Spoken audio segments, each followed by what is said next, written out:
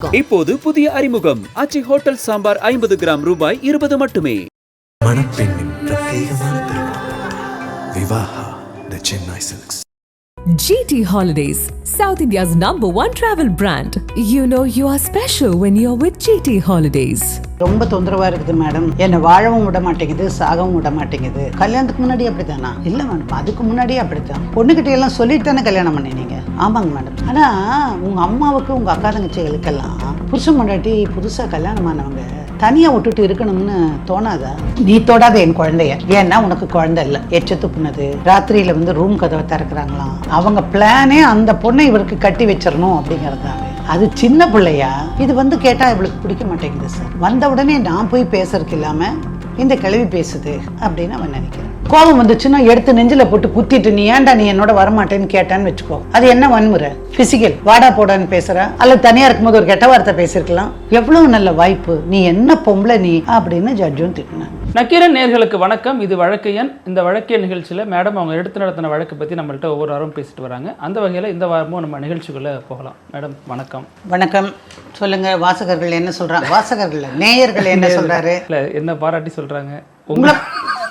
இல்ல சார், நீங்க பேசுனதை பாராட்டி சொல்றாங்களா? என்னப்பா இது? பேசிருக்கேன்னு கண்டுபிடிச்சு அதை பாராட்டி சொல்றாங்க. Very good. என்ன சொன்னாங்க அதை சொல்லுங்க. நாங்க ஒன்றும் சொல்லவே, பிருத்திவி வணக்கம்னு சொன்னாங்க. பிருத்திவி வணக்கமே பாராட்டிட்டாங்க. Very good. Coimbatore Ranjitha ma'am, அவங்க சொன்னீங்கன்னா சந்தோஷப்படுவாங்க. நல்லது, சந்தோஷம். இன்னும் கொஞ்சம் முன்னேறினா இன்னும் நிறைய பேர் உங்களுக்கு இது மாதிரிலாம் எழுதுவாங்க. இன்னைக்கு நாம பார்க்க போற ஒரு வழக்கு முனியப்பன் அப்படிங்கிற ஒரு ஆளுடைய வழக்கு. பேரே ரொம்ப பட்டிக்காட்டுத்தனமாக இருக்குல்ல.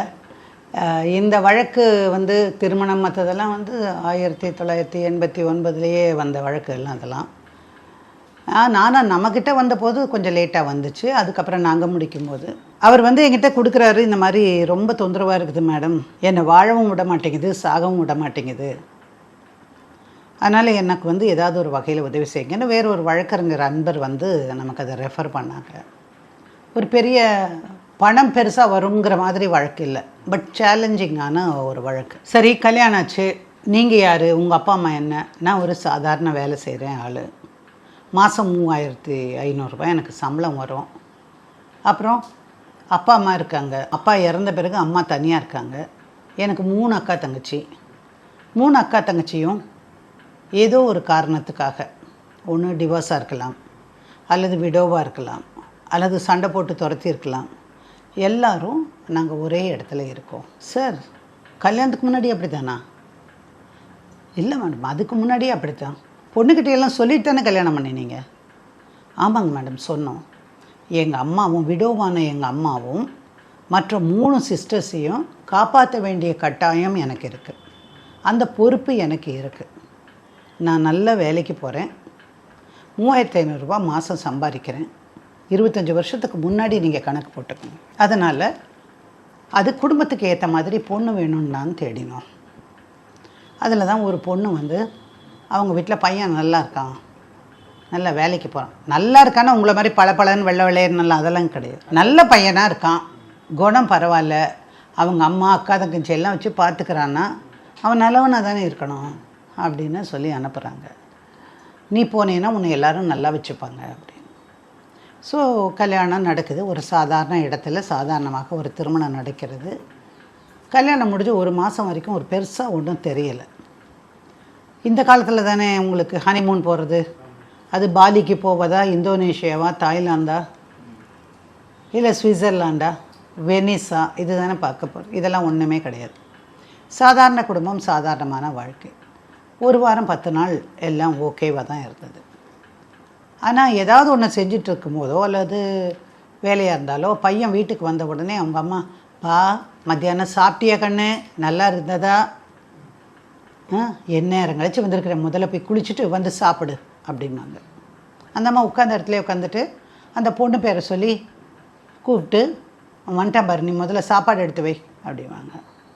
அப்புறம், அண்ணா உனக்கு என்ன வேணும்னா, ஆம்லெட் வேணுமா, நான் போட்டு தரேன்னா அப்படின்னு ஒரு சிஸ்டர் சொல்லுவாங்க. ஸோ எல்லாருமே அந்த குடும்பத்தில் அந்த ஆண் மீது நம்பிக்கையும் அன்பும் கொண்டவர்கள்.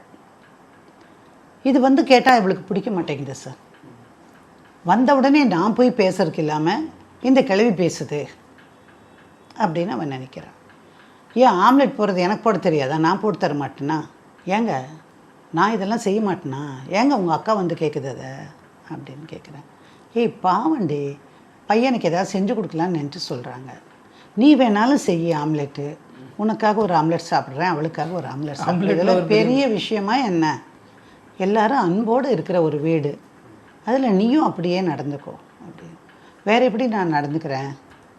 ஆனால் உங்கள் அம்மாவுக்கு உங்கள் அக்கா தங்கச்சிகளுக்கெல்லாம் புருஷன் பொண்டாட்டி புதுசாக கல்யாணமானவங்க தனியாக விட்டுட்டு இருக்கணும்னு தோணாதா அப்படின்னு அவள் கேட்குறான். இவனுக்கு உடனே ஐயோ இது என்னடா இது, எடுத்த உடனே எப்படி கேட்குறேன்? ஏம்மா அவங்க எல்லோரும் என்ன நம்பி இருக்காங்க, இந்த வீடு எங்கள் எல்லாருக்கும் சொந்தம், புரியுதா? என்னோடய சம்பளம் வச்சு தான் நான் இவங்களை எல்லாம் காப்பாற்றுறேன். அதனால் அந்த குடும்பத்தில் இருக்கிறவங்க எல்லாரும் நான் வந்தால் சந்தோஷமாக பேசவும், நாங்கள் நல்லது கெட்டது பேசுவோம், இப்படி தான் எப்போவுமே இருப்போம். இப்போ நீ வந்திருக்கேங்கிறதுனால மாற முடியாதல்ல. இப்போ என்ன கொஞ்சம் நேரம் பேசிகிட்டு இருக்க போகிற, நீயும் வந்து உட்காந்து பேசு, 4 பேரும் பேசலாம், இது ஒரு குடும்பமாக நம்ம இருக்கலாம். இல்லை எனக்கு அதெல்லாம் இல்லை, எனக்கு என் புருஷன் தனியாக வேணும் அப்படின்னு. அப்படியெல்லாம் இருக்க முடியாதுன்னு தெரிஞ்சு தானே இந்த வீட்டுக்கு வந்தேன் நீ. எனக்கு நான் 3 சிஸ்டர்ஸ், வாழாத சிஸ்டர்ஸ் 3 பேர் இருக்காங்க, அம்மா இருக்காங்க. இது தெரிஞ்சு தான் நீ கல்யாணம் பண்ணிட்டேன், டக்குன்னு அந்த மாதிரிலாம் பண்ண முடியாது அப்படின்னு சொல்கிறேன். முடிஞ்ச வரைக்கும் அட்ஜஸ்ட் பண்ணிக்கிறேன். அவங்க அம்மாவுக்கு புரிஞ்சு போது இந்த பொண்ணுக்கு இந்த இடத்துல இருக்க விருப்பம் இல்லைன்னு. தம்பி அப்படியே காத்தாட பீச்சுக்காவது கூட்டிகிட்டு போயிட்டு வாயேன் அப்படின்னு அந்த அம்மா சொல்கிறாங்க. அப்போ வந்து நானும் கூட பீச் பார்த்து ரொம்ப நாள் ஆச்சுண்ணா அப்படின்னு அந்த கடைசி தங்கச்சி சொல்லுது. இயல்பாக வரும் தானே. உடனே அவள் இல்லை நான் பீச்சுக்கு வரல, எனக்கு தலைவலிக்குது அப்படின்னு. இந்த மாதிரி சின்ன சின்ன விஷயங்கள், இதெல்லாம் வந்து கேரக்டரை சொல்கிறதுக்கான நான் சொல்லுகிற விஷயங்கள். அப்புறம் சாப்பிட உட்காந்த உடனே எல்லோரும் வந்து கூடி வந்து அண்ணங்கிட்ட உட்காந்துட்டு, அண்ணா நீ இது ஊற்றிக்க, அண்ணா சாம்பார் ஊற்றிக்கோ, இது பாரு புளிக்குழம்பு வச்சுருக்குது அது பாரு, இந்த மாதிரி ஒன்று ஒன்றும் சொல்கிறாங்க. நான் பார்த்துக்குறேங்க அண்ணி, நீங்கள்லாம் கொஞ்சம் இருங்களேன் அப்படிங்கிறாங்க. அவங்களுக்கு விலை வெளுத்து போயிடுது, என்னடா இந்த பொண்ணு இப்படி சொல்லுது அப்படின்னு. ஊற்று பாப்பா, நீ பண்ணு அப்படின்னு அவங்க அம்மா சொல்கிறாங்க. எடுத்து கொடுக்குறாரு. இப்போது புதுசாக வர பொண்ணுக்கு அதெல்லாம் தெரிஞ்சுக்க வாய்ப்பில்லை, பையனுக்கு என்ன பிடிக்கும், ஹஸ்பண்டுக்கு என்ன பிடிக்கும்னு. இப்போ கொஞ்ச நாள் கூட இருந்து பார்க்கும்போது அவளுக்கு தெரிஞ்சிருக்கும். அந்த வாய்ப்பை அவள் வேண்டான்னு மறுத்துட்றா. சரி, இவளுக்கு பிடிக்கலைங்கிறது அந்த குடும்பம் புரிஞ்சுக்குது. பட் இவன் சொல்கிறான், நீ என்ன சொன்னாலும் அவங்க இந்த வீட்டில் இருக்கட்டும், நம்ம 2 பேரும் வேறு வீட்டுக்கு போகலாம், அவங்களையும் நீங்கள் பார்த்துக்கோங்க, என்னையும் பார்த்துக்கோங்க. அந்த மாதிரி முடியவே முடியாது என்னால். என்னுடைய அம்மா அக்கா தங்கச்சி என்னோடு தான் இருப்பாங்க, அதுக்கு சம்மதம்னா மட்டும்தான் நீ கல்யாணம் பண்ணியிருக்கணும்னு சொல்லி தானே நான் உனக்கு கல்யாணம் பண்ணேன். தனி கொடுத்து நான் போகிற வேலையே இல்லை. சொந்தமாக வீடு இருக்கும்போது இந்த 3500 ரூபா சம்பளத்தில் 4 பேர் நாங்கள் சாப்பிட்டுட்டு அதில் என்ன மீதி பண்ணியிருக்க முடியும், கல்யாண செலவு செஞ்சுருக்கோம், வர முடியாது. இவன் நல்லா புரிஞ்சுட்டான் இந்த பையன் வரமாட்டான் அப்படின்னு. அப்புறம் கொஞ்சம் கொஞ்சமாக கம்ப்ளைண்ட் சொல்ல, பாருங்கள் நீங்கள்லாம் காஃபி குடிச்சிங்களே, எனக்கு காஃபியை கொடுக்கல தெரியுமா யாரும், எதுக்கு யாரும் கொடுக்கணும் உனக்கு, இது உன் வீடு, போய் போட்டு குடி. இல்லை அந்த அக்கா கொடுக்க மறந்துருந்தா கேளு, ஏக்கா மறந்துட்டீங்களா, என்னை மட்டும் மறந்துட்டீங்க பார்த்தீங்களான்னு பேசிவிட்டு நீ போய் போட்டு குடி அப்படின்னு சொல்கிறான். ஸோ என்ன சொன்னாலும் பொதுவாக தான் சொல்கிறான், அக்காவுக்கு தங்கச்சிக்குன்னு சொல்கிறதில்ல. கொஞ்ச நாள் கழித்து ஆள் மெலிய ஆரம்பிக்கிறான் அந்த பொண்ணு. அப்போ அவங்க அம்மா வந்தவங்க பார்த்து, ஏன் கண்ணு இப்படி ஆகிட்ட, புதுசாக கல்யாணமானவங்க எல்லாம் ஒரு சுற்று பெருத்து வருவாங்க, நீ என்னம்மா இப்படி இருக்கிற அப்படின்னு. இல்லைம்மா சாப்பாடே இல்லைம்மா அதான் அப்படின்னு. ஏம்மா சாப்பாடு இல்லைங்கிற, எல்லாருக்கும் சேர்த்து தானே நாங்கள் எல்லாம் சமைக்கிறோம், அப்படியெல்லாம் சொல்லக்கூடாது அப்படின்னு. அம்மா இங்கே வா, நான் ஒன்று சொல்கிறேன் கேளு, இவங்க வந்து அவங்கெல்லாம் சாப்பிட்ருவாங்க அம்மா, அப்போ என்னை கூப்பிட மாட்டாங்க, அப்புறம் கடைசியில் எச்சையை துப்பி வச்சுருவாங்கம்மா, நான் எப்படி சாப்பிடுவேன் அப்படின்னு சொல்லுது. இது அந்த பொண்ணுங்களுக்கு தெரியாது, அம்மா கிட்ட சொல்லுது. பாப்பா அப்படியெல்லாம் பண்ண மாட்டாங்கப்பா யாரும், நீ அதெல்லாம் பேசாத. சரி ஒன்று பண்ணு, நீ உனக்கு மட்டும் தனியாக அரிசி வச்சுக்கோ, அவங்க பண்ணுற சாப்பாடு பிடிக்கலைன்னாலோ அல்லது அவங்க எச்சத்து பண்ணுற அப்போ கேட்பாங்கல்ல, அப்போ நீ சொல்லு அப்படிங்கிற. நான்லாம் சொல்ல மாட்டேன், சொன்னால் என் புருஷன் என்னை அடிச்சிருவான். இந்த அம்மா என்ன பண்ணிடுச்சு, நேராக மாப்பிள்ளைகிட்ட வந்து, ஏன்பா தம்பி சாப்பாட்டில் எல்லாம் வந்து எச்சத்துப்பி வைக்கிறாங்களாம்மா, 3 நேரமாக அதே மாதிரி பண்ணால் என் பொண்ணு எப்படி சாப்பிடும்பா, அதுதான் அவள் சொல்கிறா, அது கொஞ்சம் பாருங்கள், நீங்கள் பார்த்து சரி பண்ணிக்கோங்க அப்படின்னு சொல்லிவிட்டு அந்த அம்மா போய்டுது. அது கொளுத்தி போட்டோன்னே உங்களுக்கு என்ன ஆகிடும்னா, அவங்களுக்கும் இந்த பொண்ணு மேலே விரோதம் வந்துடும். இவனுக்கும் மனசில் இவ என்னடா இந்த அளவுக்கு போகிறாளே, இது மாதிரி தான் அந்த குடும்பம் போகுது. அப்புறம் கொஞ்ச நாள் கழித்து நான் எங்கள் அப்பா அம்மா வீட்டுக்கு போயிட்டு வரேன். இல்லை எனக்கு உடம்புக்கு முடியல, அதனால் போயிட்டு வரேன். சரி போயிட்டு வா, நீ போகாத, நான் தனியாக போக விட மாட்டேன், நீ வா, நானும் கூட்டிகிட்டு போய் அம்மா வீட்டில் விட்டுட்டு வரேன். ஒரு 5 நாளோ 10 நாளோ இருந்துட்டு நீ சொல்லு, நான் வந்து கூட்டிகிட்டு போகிறேன். கொண்டு போய் அவளை விட்டுட்டு வந்துடுறாங்க.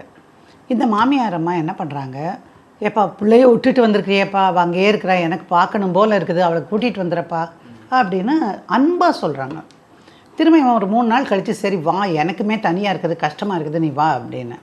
நான் வெளியே வந்தால் தான் உனக்கு என்னை பற்றி ஞாபகம் வரும், அதனால் நான் இங்கேயே இருக்கிறேங்கிறேன். அப்புறம் அடுத்து 2 நாள் கழித்து போகிறான், ஒரே மயக்கமும் வாந்தியுமா அவள் படுத்திருக்கா. அப்போது அவங்க அம்மா வந்து என்னன்னு தெரியல அப்படின்னு. அப்போ அந்த பொண்ணு சொல்கிறா, அது எச்ச துப்பி சாதம் போட்டால் என்ன ஆகும், வாந்தி தான் வரும் அப்படின்னு. ஏம்மா நீ வீட்டுக்கு வந்து 5 நாளைக்கு மேலே ஆச்சு, இன்னும் அந்த சாப்பாடு வயிற்றில் உட்காந்துருக்குது, அப்படி நடக்கலை, அப்படி ஒரு வேளை இருந்தால் கூட அதுதான் வருதுன்னு சொல்ல முடியாது, இதெல்லாம் தப்பு, நீ வா நம்ம டாக்டர்கிட்ட போகலாம் அப்படின்னு சொல்லிட்டு இவன் கூட்டிகிட்டு போகிறான். கூட்டிகிட்டு போனால் அப்போ தான் தெரியுது, இப்போ தான் வந்து அந்த பீரியட்ஸ் கழிஞ்சு ஒரு 10-15 நாள் ஆகிருக்கு, அதனால் இன்னொரு தடவை கன்ஃபார்ம் பண்ண வரல. ஒரு மாதத்துக்கிட்ட பார்த்து எல்லாம் குழந்தைக்காக வராங்க. இப்போ இந்த வீட்டில் எல்லோரும் தாங்குறாங்க இந்த பொண்ணை, அக்கா தங்கச்சி எல்லாம்.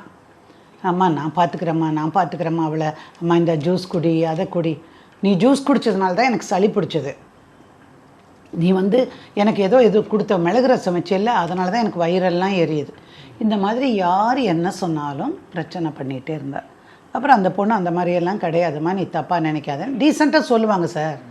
தினம் இதையே பேசினா எப்படி இருக்கும். ஒரு நாள் இந்த ஆளுக்கு கோவம் வந்துருச்சு, பிடிச்சிட்டு என்ன பேச்சு பேசுகிற நீ, நானும் புதுசாக வந்திருக்கேன், நானும் அமைதியாக இருந்தேன், நீ தலைக்கு மேலே ஏறிட்டு ஆடுற நீ அப்படின்னு இந்த ஆள் சத்தம் போட்ட உடனே உடனே அழுதுட்டு எங்கள் அம்மா வீட்டுக்கு போகணும், நீ என்னை கொண்டு போய் விடு அப்படின்னு. சரி நான் கொண்டு போய் விடுறேன், நான் ஆஃபீஸ் போகிறேன் அவசரமாக, திரும்பி வந்து தான் நான் கொண்டு போய் விட முடியும் அப்படின்னு சொல்லிட்டு போகிறார்.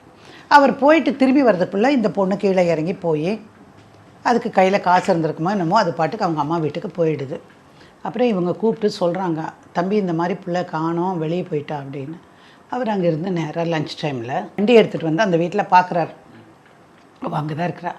ஏன் உனக்கு சொல்லிட்டு வரணும்னு தெரியாதா, என்ன பழக்கம் இது, அவங்கெல்லாம் அப்படி துடிச்சு போகிறாங்க காணலையேன்னு, நான் எப்படி பதன்னு பதைச்சு போய் வந்திருப்பேன் தெரியுமா உனக்கு அப்படின்னு.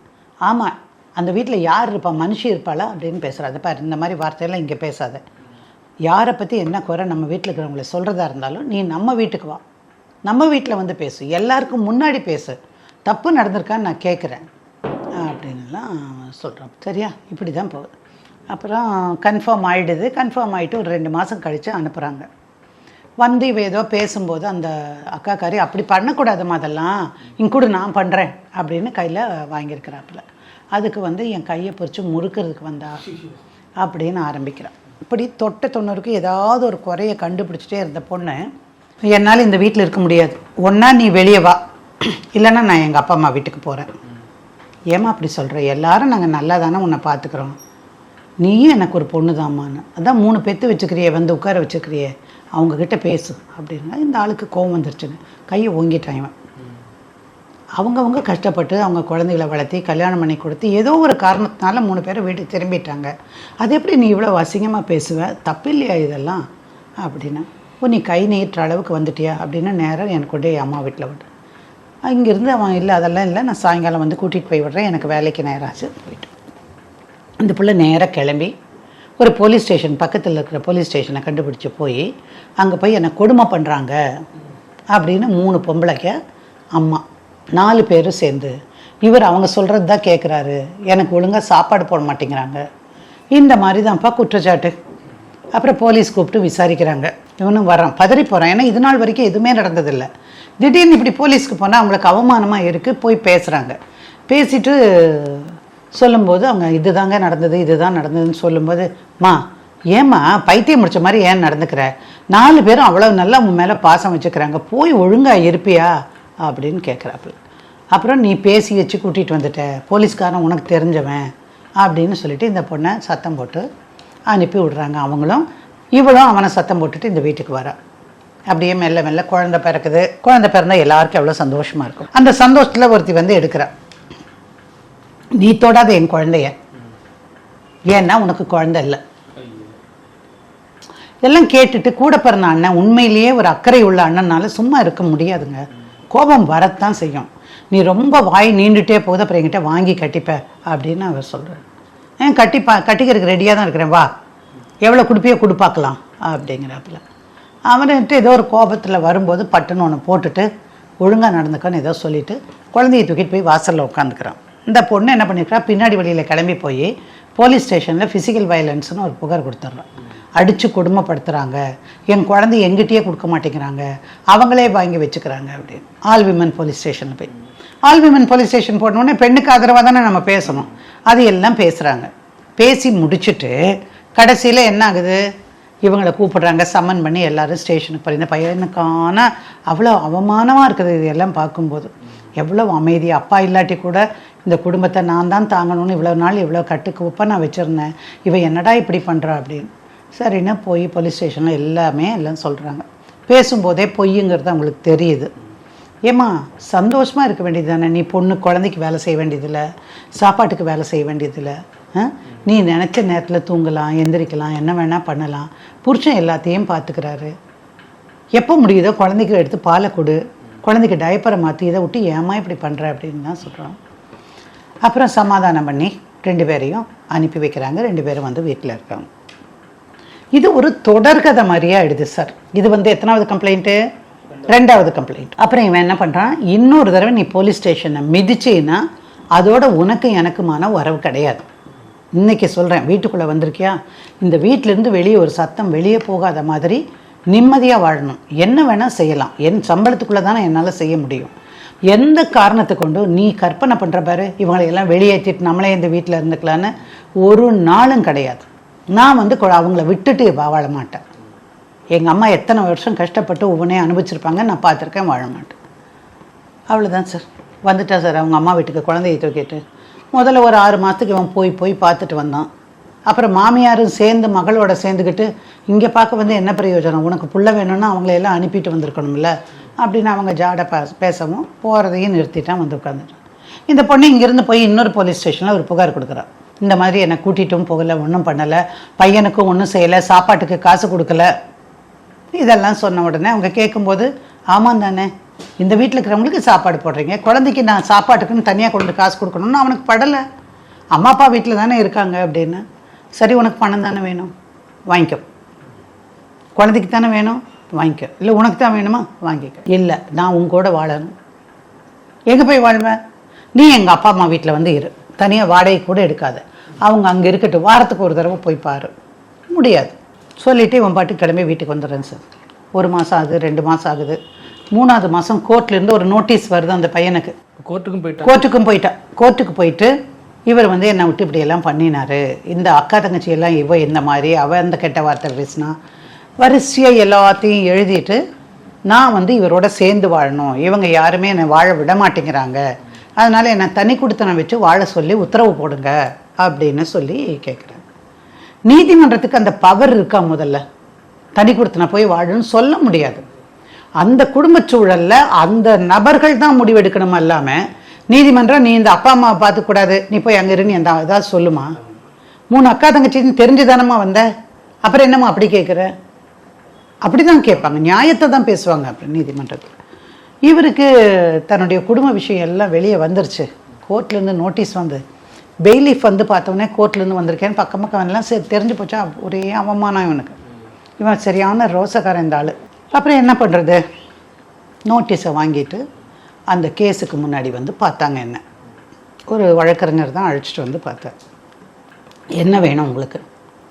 மேடம் எனக்கு இனிமேல் அந்த பொண்ணோட சேர்ந்து வாழ முடியாது சார். அவ்வளோ ஈஸியாகலாம் வந்து அப்படி சொல்லிட முடியாது. ஒரு கல்யாணங்கிறது ஒரு முக்கியமான விஷயம்.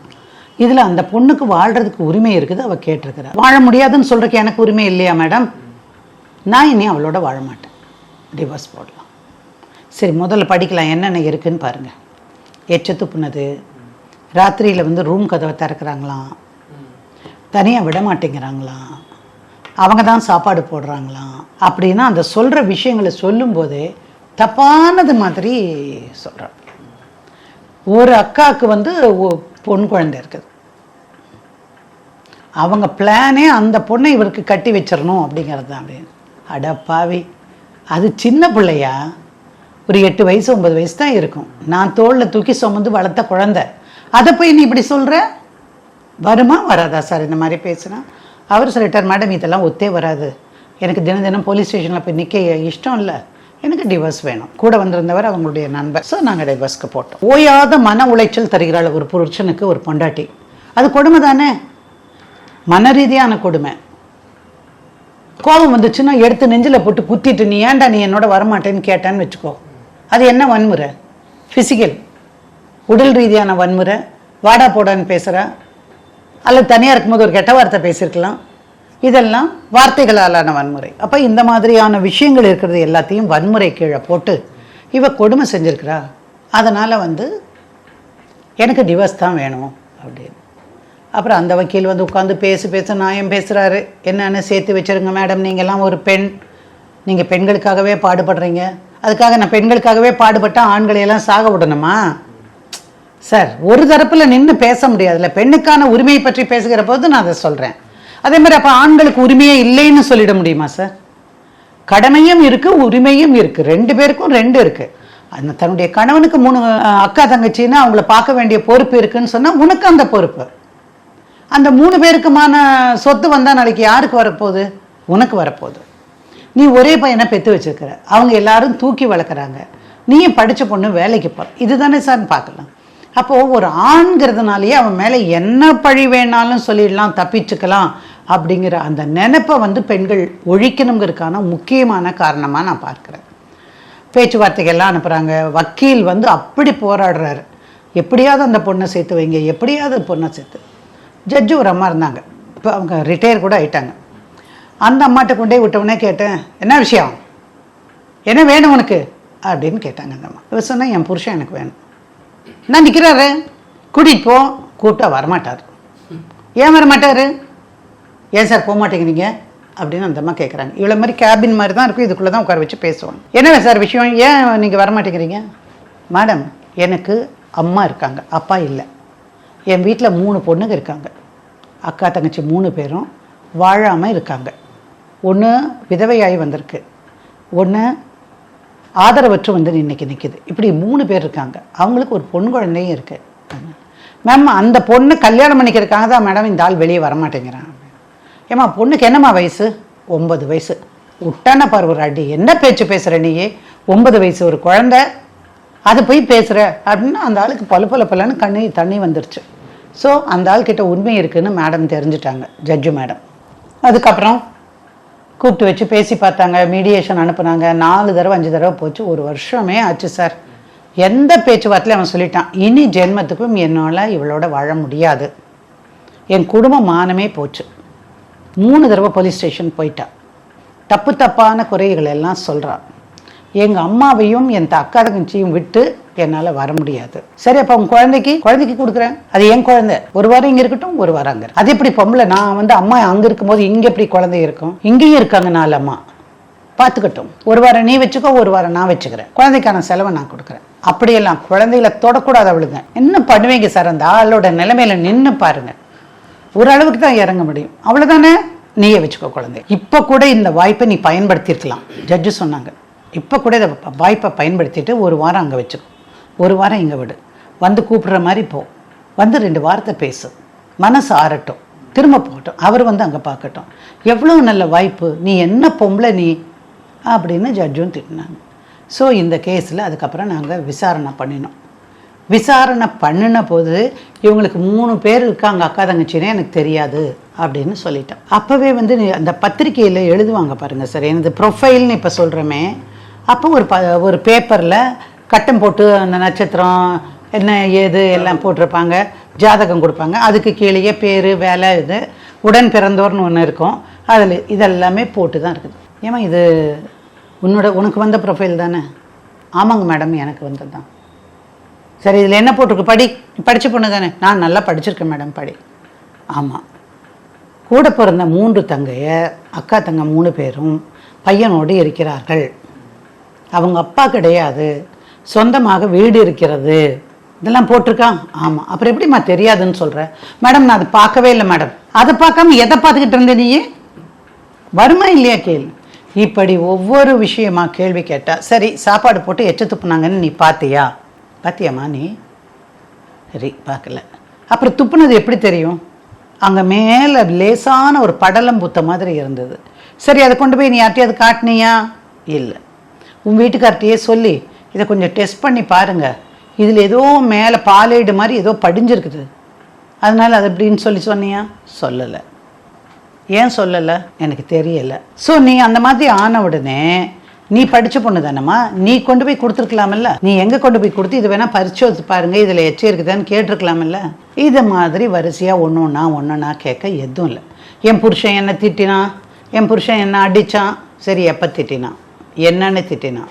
பிரிஞ்சு வரமாட்டேன், உன்னால் நீ குடும்பத்தை பிரிக்க வந்தவ அப்படின்னு என்னை திட்டினார். சரி, வேறு எப்படி திட்டிருக்கணுங்கிற ஜட்ஜு கேட்குறாங்க இதெல்லாம். ஸோ அந்த கேஸில் எல்லா விஷயத்துலேயும் அவள் சொன்னதெல்லாம் பொய்ன்னு எங்களால் கொண்டு வர முடிஞ்சது. 3 கம்ப்ளைண்ட் காப்பியும் கொண்டு வர வச்சோம் போலீஸ் ஸ்டேஷனுக்கு சுப்பீனா போட்டு. எல்லாத்துலேயும் ஸ்டேட்மெண்ட்டில் எழுதுகிறாங்க கடைசியாக, அந்த பொண்ணுக்கு புத்தி சொல்லி அனுப்பி வைத்தோம், இருவருக்கும் சொன்னோம், சின்ன விஷயத்த அந்த பொண்ணு பெருசு பண்ணுது, இதெல்லாம் இருக்கா? இருக்குது. ஸோ கேஸு அவள் பக்கம் தீர்ப்பு ஆகலை. நீ சேர்ந்து வாழணும்னு சொல்கிறது அது சாத்தியமே இல்லை. இப்போ கூட ஏதாவது ஒன்றுன்னா திருந்தி மன்னிப்பு கேட்டு பழையபடிக்கு வாழ்க்கை வாழ்கிறேன் கேட்க முடியாது மேடம். அவள் கேட்டால் கூட அவளோட எல்லாம் வாழ முடியாது. என் குடும்ப மானமே போயிடுச்சு, சந்தி சிரிச்சு போயிடுச்சு. ஸோ அப்படியாக அந்த பையனுக்கு டிவோர்ஸ் கிடச்சிது. வழக்கமாக கிராமத்தில் முனியை அடிச்சிருச்சு அப்படி சொல்லுவாங்க. இப்போ முனியவே ஒரு பொண்ணு அடிச்சிருச்சு. அடே, இது நல்லா இருக்கே.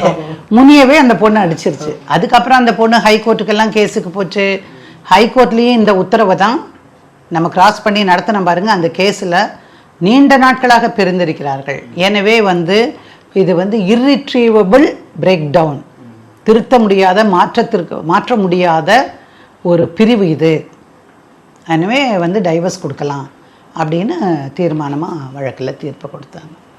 எதுக்காக சொல்கிறேன்னா, ஆண்களுக்கு நம்ம எவ்வளோ விஷயம் சொல்கிறோமோ அது மாதிரி பெண்களுக்கும் சில கடமைகள் இருக்குது. ஆனால் நீங்கள் ஆண்களுக்காக பேசுகிறது பார்க்குறப்ப சந்தோஷமாக தான் இருக்குது. உங்களுக்கு நீங்கள் ஆணாக இருக்கிறதுனால உங்களுக்கு சந்தோஷம். இதே இடத்துல ஒரு பெண் பண்ணாங்கன்னு வச்சுக்கோங்களேன், அவர் அழகாக கேட்கும்போது சந்தோஷம். அந்த கதைக்கு தான் சொல்லுவார். நிச்சயமா மனசை பொறுத்து தானே. பொதுவாக 2 பேருக்குமே இருக்குது உரிமைகள். 2 பேருடைய உரிமையும் மற்றொரு நபர் மதிக்கணும் சார். அதுதான் வாழ்க்கை. இத்தனை வருஷம், இன்னும் 40 வருஷம் பக்கமாக ஆக போகுது. குழந்தையே பெருசாகி வேலையாகி கல்யாணம் கூட வாங்கி அவங்க சேரவும் இல்லை, அவங்க வழக்கு முடியவும் இல்லை. நீங்கள் சொல்கிற எல்லாத்தையும் வெறும் வழக்காக எடுத்துக்கிட்டா அது வழக்கு, அது வாழ்க்கையாக எடுத்துக்கிட்டா அது பெரிய பாடம். அடேப்பா, என்ன ஒரு தத்துவமாப்பா. சூப்பர், வாழ்க்கை. ரொம்ப நன்றி மேடம். நன்றி நன்றி. நக்கீரன் டிவிக்கு சப்ஸ்கிரைப் செய்யுங்கள். உங்கள் ஆதரவே எங்கள் பலம். ஆசிரியர்களுக்கு நண்பனாகவும் மாணவர்களுக்கு ஆசானாகவும் திகழும் தேர்வு வழிகாட்டி. ஒவ்வொரு பாடத்திற்கும் அனுபவமிக்க ஆசிரியர்களின் துல்லியமான தெளிவான விடைகள். CNC இருக்கு, தேர்வு பயம் எதற்கு? இது தீரன் பப்ளிஷிங் ஹவுஸ் விற்பனை வெளியீடு.